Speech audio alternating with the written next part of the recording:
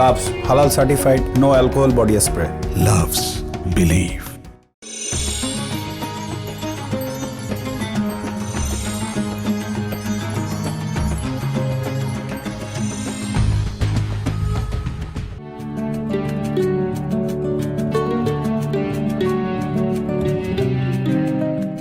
প্রিয় দর্শক, অটোমান সাম্রাজ্যের ইতিহাস, ঐতিহ্য এবং কিছু স্থাপনা আজকে তুলে ধরব ইনশাআল্লাহ।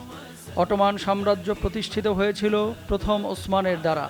1453 সালে সুলতান দ্বিতীয় মোহাম্মদ যখন কনস্ট্যান্টিনোপল জয় করেন, তখন রাষ্ট্রটি একটি শক্তিশালী সাম্রাজ্যে পরিণত হয়। 16শো শতাব্দীতে সুলতান প্রথম সেলিমের কাছে আব্বাসীয় খলিফা কর্তৃক ইসলামী খেলাফত হস্তান্তর করা হয়। শুরু হয় ওসমানীয় খেলাফত এবং তারপরে তার ছেলে সুলতান মোহাম্মদ সুলাইমানের অধীনে সাম্রাজ্যটি সমৃদ্ধির চূড়ায় পৌঁছেছিল।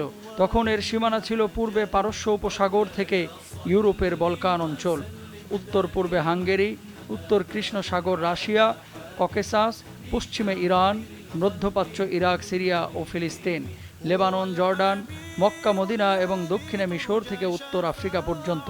এই সাম্রাজ্যের পতন ঘটে প্রথম বিশ্বযুদ্ধে। প্রিয় দর্শক, তুলে ধরব ইনশাআল্লাহ অটোমানদের সাম্রাজ্যের ইতিহাস এবং ঐতিহ্য।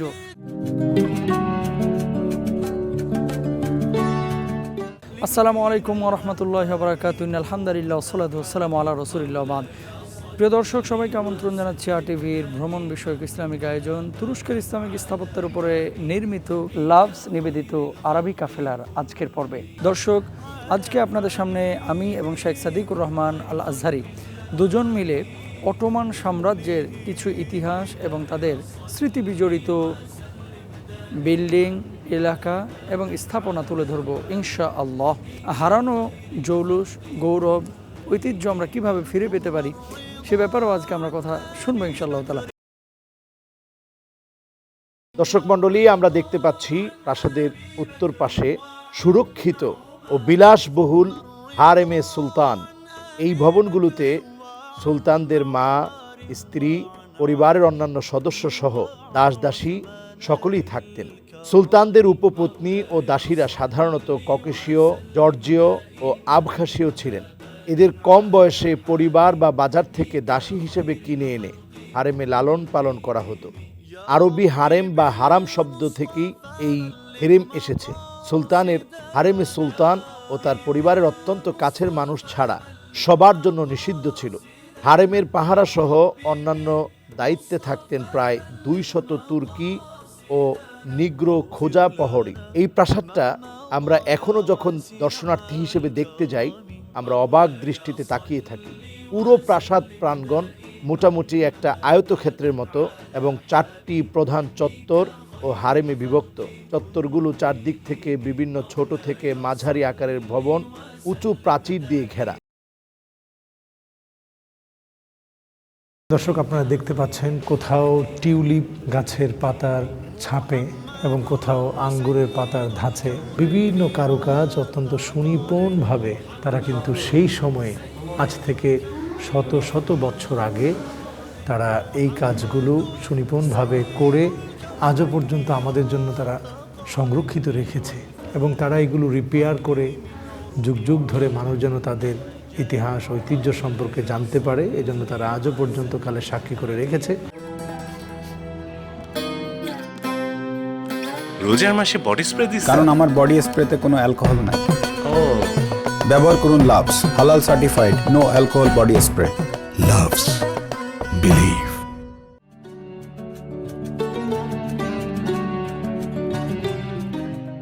ফজরের নামাজের পরে রাসূলুল্লাহ সাল্লাল্লাহু আলাইহি সাল্লাম পড়তেন সাইয়্যিদুল ইস্তিগফার, আল্লাহুম্মা আনতা রাব্বি লা ইলাহা ইল্লা আনতা খলাকতানি ওয়া আনা আবদুক ওয়া আনা আলা আহদিকা ওয়া ওয়া'দিকা মাসতাতা'তু আউযু বিকা মিন শাররি মা সানা'তু আবুউ লাকা বিনি'মাতিকা আলাইয়া ওয়া আবুউ বিযামবি ফাগফির লি ফাইন্নাহু লা ইয়াগফিরুয যুনুবা ইল্লা আনতা। আমরা যদি এই আমলটি করি, আল্লাহ রাব্বুল আলামিন আমাদের জন্য আমাদের গুনাহ খাতাগুলো মাফ করে দিবে যদি মাগরিবের আগ পর্যন্ত আমাদের মৃত্যু হয়।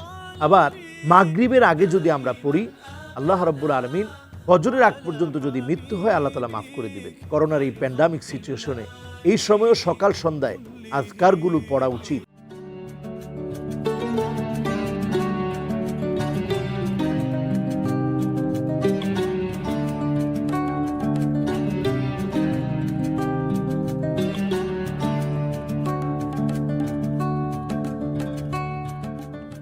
আমরা দেখতে পাচ্ছি প্রত্যেকটা জায়গায় বসার সুন্দর একটি জায়গা এবং খুব সুরম্য একটি দরজা দিয়ে প্রবেশের জায়গা এবং চতুর্দিকে জানালার ব্যবস্থা, উপর দিকে যাতে করে আলো আসতে পারে, আলোটা ফোকাস করতে পারে, এই জন্য তারা ভেন্টিলেটরের ব্যবস্থা রেখেছে এবং একটা চুল্লি প্রত্যেকটা জায়গায় আছে যাতে করে তারা শীত নিবারণে এই চুল্লিকে ব্যবহার করতে পারে।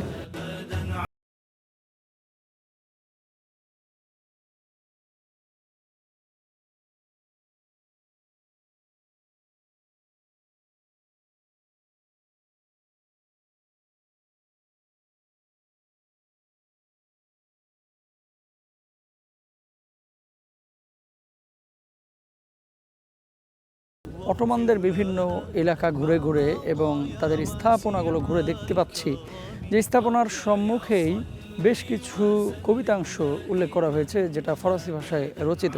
তেমনই একটি সিম্পটম এখানে আমরা দেখতে পাচ্ছি এবং নিদর্শন আমরা দেখতে পাচ্ছি। সেই ব্যাপারে আপনি যদি বলতেন।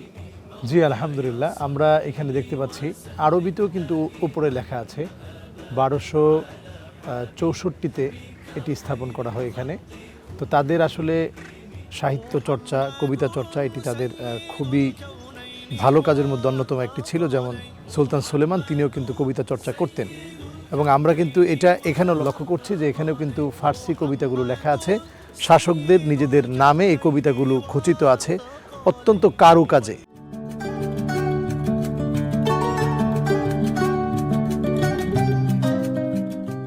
দর্শক, আমরা শেখ সাদিকুর রহমান আল আজহারির কাছ থেকে অটোমানদের ব্যাপারে কিছু কথা শুনব। অটোমান সাম্রাজ্য এত পরিচিত কেন এবং কেন তারা গোটা পৃথিবীর বুকে বিখ্যাত, মোহতারাম যদি বলতেন। যে আমরা এই পৃথিবীর যদি ঐতিহ্য লক্ষ্য করি, যারা সুদীর্ঘ 600 বছর এই পৃথিবীকে তাদের শৌর্য বীর্য দিয়ে তারা এই পৃথিবীকে শাসন করেছে, তারা ছিল এই অটোমানরা। তাদের একের পর এক শাসকরা এসেছে এবং প্রত্যেকেই কিন্তু তাদের নিজস্ব স্বকীয়তা বজায় রেখে, অটোমান সাম্রাজ্যের স্বকীয়তা বজায় রেখে, ইসলামের স্বকীয়তা বজায় রেখে তারা ইসলামের ভূমি হিসেবে একের পর এক দেশকে তারা কিন্তু জয় করেছে। সেই বলকান থেকে নিয়ে সুদূর সৌদি আরব পর্যন্ত তারা শাসন করেছে, এদিক দিয়ে মিশর তারা শাসন করেছে। প্রত্যেকটি সাম্রাজ্যে, প্রত্যেকটি দেশে, ইউরোপের বিভিন্ন প্রান্তে, এমনকি সেই হাঙ্গেরি পর্যন্ত সুলতান সুলেমানের সময়ে তার শাসন কিন্তু ছড়িয়ে পড়েছিল। এই সেই প্রাসাদ যেখানে আমরা এখন দাঁড়িয়ে আছি, এখানে আমরা দেখতে পাচ্ছি বিভিন্ন সুলতানদের ব্যবহৃত আসবাবপত্র এবং তারা যেখানে বসতো সেখান থেকেও বোঝা যায় যে তারা কি পরিমাণ শক্তিশালী ছিল এবং কতটা রণকৌশলী ছিল, কতটা যুদ্ধে পারদর্শী ছিল তারা। এই যুদ্ধ রণকৌশলে পারদর্শী থাকার কারণেই আল্লাহ তাআলা কিন্তু তাদেরকে একের পর এক বিজয় দিয়েছিলেন। এখানে একটি আমরা নেম প্লেট দেখতে পাচ্ছি এবং এটা নাম দেওয়া হয়েছে ইফতারিয়া বেলকনি। এটাকে ইফতারি বেলকনি কেন বলা হয় এবং এটাতে সুলতানরা দেখতে পাচ্ছি স্পেসিফিক এখানে লেখা আছে সুলতান ইব্রাহিম তিনি কি করতেন। দর্শক, আমরা এখন যে জায়গাতে দাঁড়িয়ে আছি এই বেলকনিটার নাম হচ্ছে ইফতারি বেলকনি। এটাকে ইফতারি বেলকনি এই জন্য বলা হয়, সুলতান ইব্রাহিম তিনি এই জায়গাটাতে দাঁড়িয়ে সূর্যাস্তের সময়ে তিনি লক্ষ্য করে সূর্যাস্তটা দেখতেন এবং সামনেই বসফরাস প্রণালী, মারমারা সমুদ্র, গোল্ডেন হর্ন, একেবারে যেহেতু কোল গেসে বসফরাস প্রণালীর তীরে এই জায়গাটাতে এই বেলকনিতে দাঁড়িয়ে তিনি এখান থেকে তিনি পর্যবেক্ষণ করতেন এবং তিনি ওনার সামারকালীন সময়ে তিনি এই সময় এখানে দাঁড়িয়ে বিভিন্ন প্রতিযোগিতা, বিভিন্ন আয়োজন, মনোমুগ্ধকর আয়োজনগুলো এখান থেকে তিনি উপভোগ করতেন। এবং আমরা আরেকটি বেলকনি দেখেছি যে বেলকনিতে বসে উনি তাসবিহাত, ফজরের নামাজের পর বসে জিকির আজকার করতেন, আল্লাহ পাককে স্মরণ করতেন। এ থেকে বোঝা যায় অটোমান সাম্রাজ্যের শাসকরা আল্লাহ রাব্বুল আলামিনকে কতটা বেশি ভয় করতেন।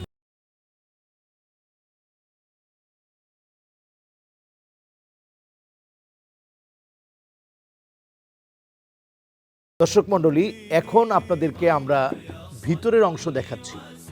দেখুন, শত শত বছর ধরে যেই ঐতিহ্য তারা ধারণ করে রেখেছে, আজও কিন্তু কিছু সংস্কার করে আমাদের জন্য তারা হুবহু সেই সময়ের ঐতিহ্যকেই ধারণ করে রেখেছে। আমরা দেখতে পাচ্ছি প্রত্যেকটা ঘরে শীত নিবারণের জন্য চুল্লি রয়েছে। একদিকে শীত নিবারণ, অন্যদিকে তারা এই চুল্লিতে আগুন জ্বালিয়ে ঘরটাকে তারা আলোকিত করে রাখত। এবং এই চুল্লিতে আগুন জ্বালানোর পর গোল্ডেন চুল্লির গায়ে কালো যে রঙগুলো লেগে থাকতো, এই কালো কয়লাগুলো সংগ্রহ করে তারা এটা দিয়ে কালি তৈরি করত। এবং প্রত্যেক সুলতানই কবিতা চর্চা করতেন, সাহিত্য চর্চা করতেন। সুলতানদের মধ্যে ধর্মীয় অনুভূতি, ভালোবাসা ছিল প্রবল। তারা বেলকুনির মধ্যে এসে সকালবেলার আজকারগুলো পড়তেন। আবার আল্লাহ রাব্বুল আলামিন কোরআন কারীমের মধ্যেও জিকিরের কথা বলেছেন। তারা সকাল সন্ধ্যায় আল্লাহ রাব্বুল আলামিনকে ডাকার জন্য বেলকুনিগুলোতে এসে আল্লাহ পাককে স্মরণ করতেন। واذكر ربك في نفسك تضرعا وخيفة ودون الجهر من القول بالغدو والآصال ولا تكن من الغافلين। তোমার প্রতিপালককে মনে মনে বিনয়ের সঙ্গে ভয় ভীতি সহকারে অনুচ্চ স্বরে সকাল সন্ধ্যায় স্মরণ করো, আর উদাসীনদের দলভুক্ত হও না।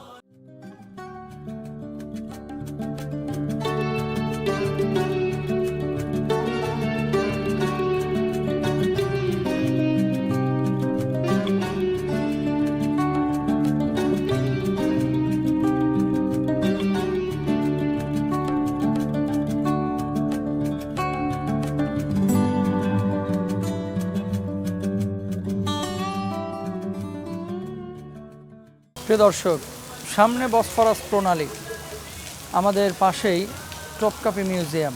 আমরা এখন দাঁড়িয়ে আছি অটোমান সাম্রাজ্যের সুলতান মুরাদ, সুলতান ইব্রাহিম এবং সুলতান মেহমুদের স্মৃতি বিজড়িত সাম্রাজ্যের অংশ হিসাবে যুগ যুগ ধরে দণ্ডায়মান একটি বিল্ডিংয়ের ওপরে।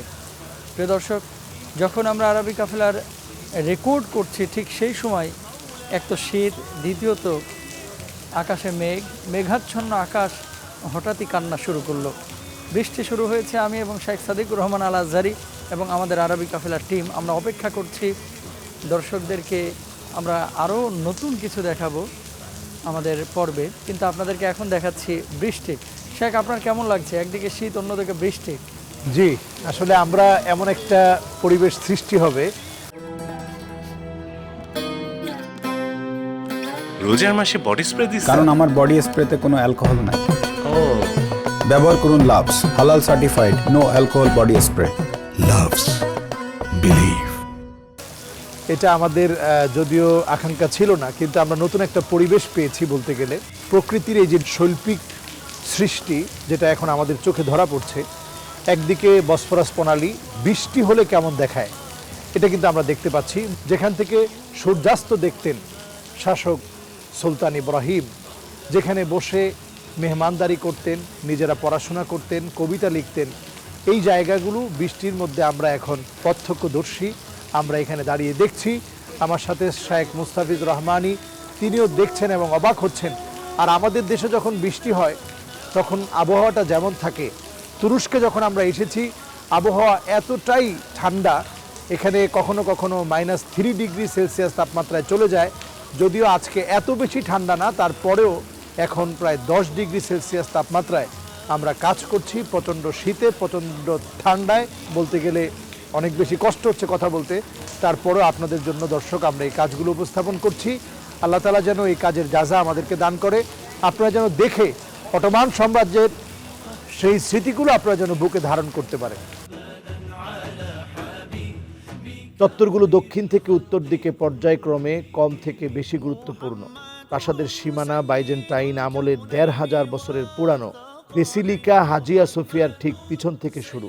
বহির্মুখী 4টি চত্বরের একেবারে দক্ষিণে, যেখানে প্রবেশাধিকার সবচেয়ে বেশি শিথিল ছিল, আমরা সেই গেট দিয়ে, বাব হুমায়ুন নামক গেট দিয়ে প্রথম চত্বরে আমরা ঢুকেছি।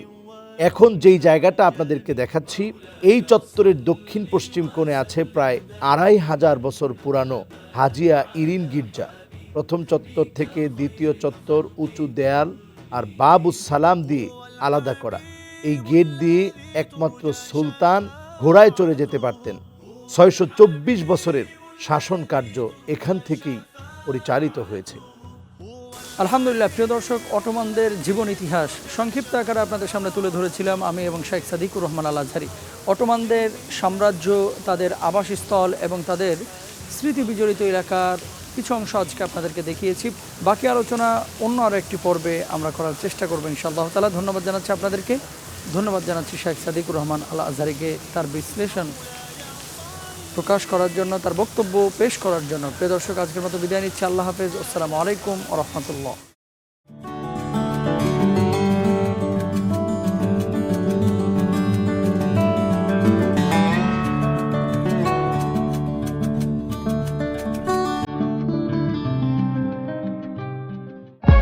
For more updates, subscribe